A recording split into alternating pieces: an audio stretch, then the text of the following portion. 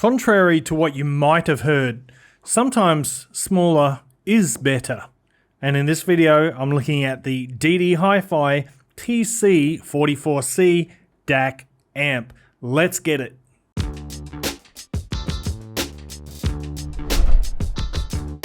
What's cracking, audio fans? It's David here from Prime Audio Reviews.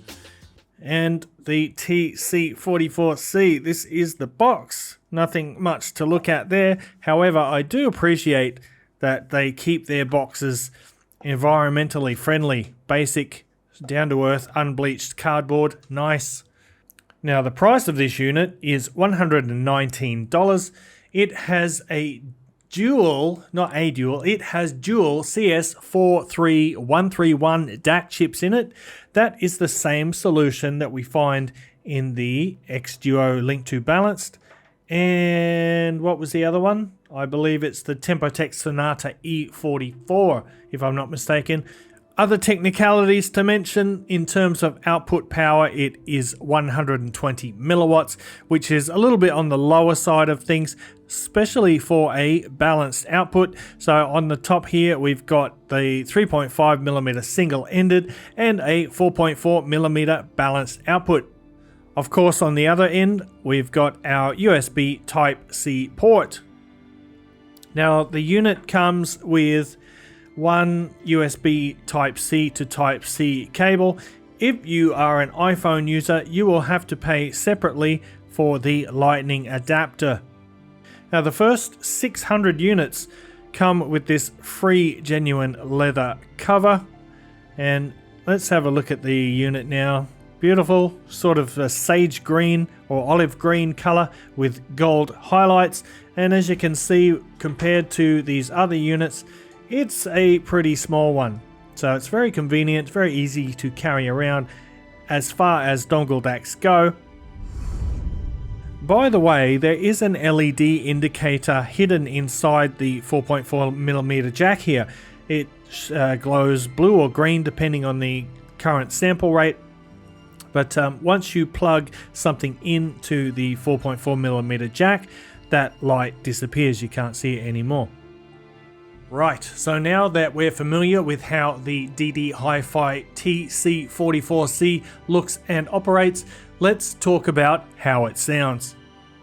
I tested this using my iPhone, my laptop, and my PC as sources. Some of the headphones and IEMs I used were the Beyerdynamic DT990 Pro, that's the 250 ohm version, the Zenz Mangird T2, the FIR Audio 5X5, and one of my favorites of all time, the M-Fidelity SA50 custom in-ear monitors, which I should have here on the table. There they are. Chunkarama. Solid resin. Man, when these are in my ears, I cannot hear a bloody thing except for the music.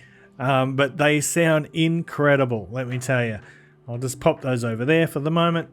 Now, it should be noted at this point that the TC44C has more than enough output power to drive everything I just mentioned, and with power to spare.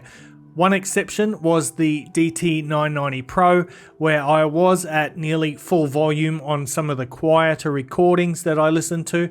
Now, although those 250 ohm headphones sometimes reach the limits of this DAC's maximum volume, the quality of the sound was never compromised.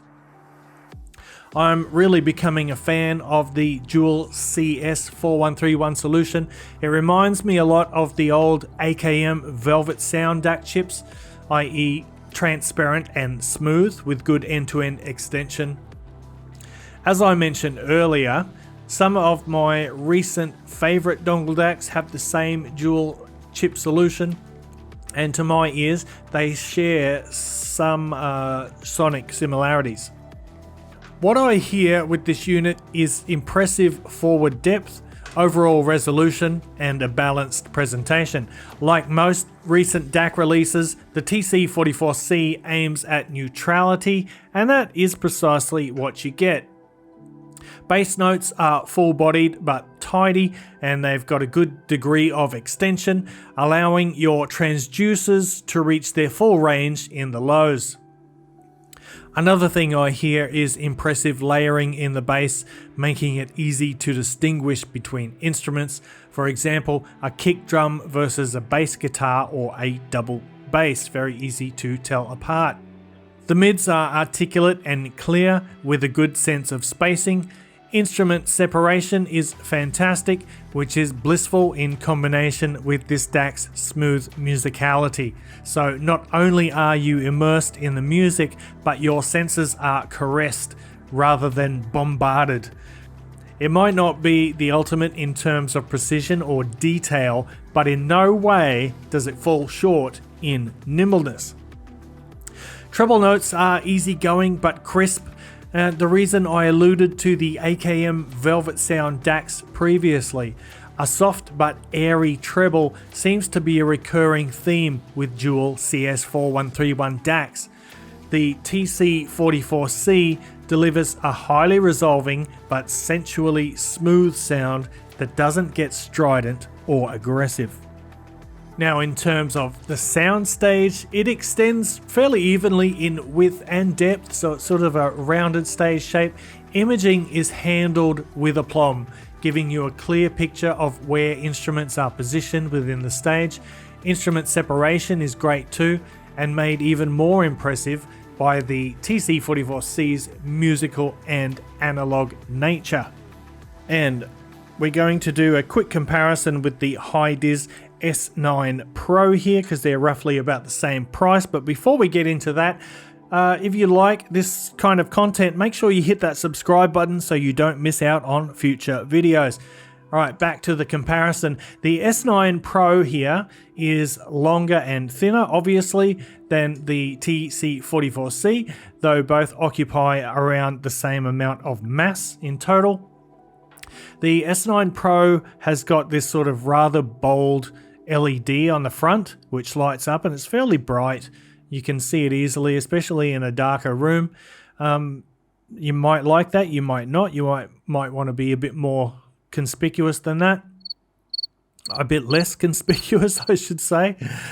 Both units have single-ended 3.5mm jacks, but the S9 has a balanced 2.5 compared to the balanced 4.4 on the ddHiFi.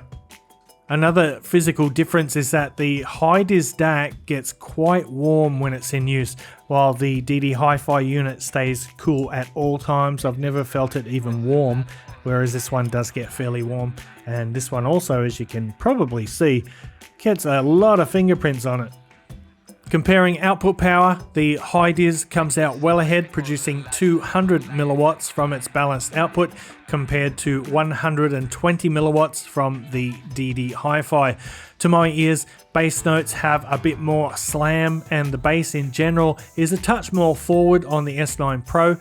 Its mid-range is a tad more detailed, but not as musical as the TC44C, which has more organic smoothness. But perhaps the greatest difference I hear between these devices is in the treble. The S9 Pro's treble gets edgier and has a touch of sharpness that's not present on the TC44C.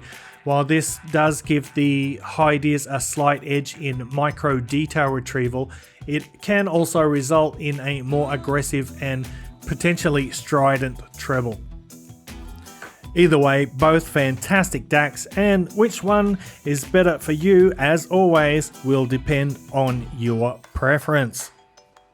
So that, guys, is the ddHiFi TC44C DAC amplifier. What do you think about it? Let me know down in the comments if you like this, or if you've bought it already. Let me know what you think of it.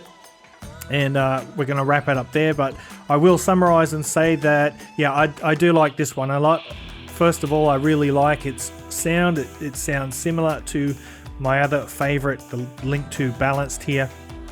But you know, if you're just looking for something with a small form factor that's ridiculously easy to use, it doesn't have any extra features, it doesn't have playback controls like these, or it doesn't have you know, different gain settings, but just a straight up DAC, perfect for regular in-ear monitors or earphones. Perhaps not as good for more powerful headphones, or more demanding, I should say, headphones, but just something small and simple and built like a tank. Great DAC. Anyway guys, I'm going to wrap it up there. Thanks for watching. As always, there are links to the full written review, as well as links to all my social media channels down in the description below. If you like this video, give it a thumbs up, Parfam audiophile style, and if you're new to the channel and you want to see more stuff like this, go ahead and hit that subscribe button, and until next time, see you later.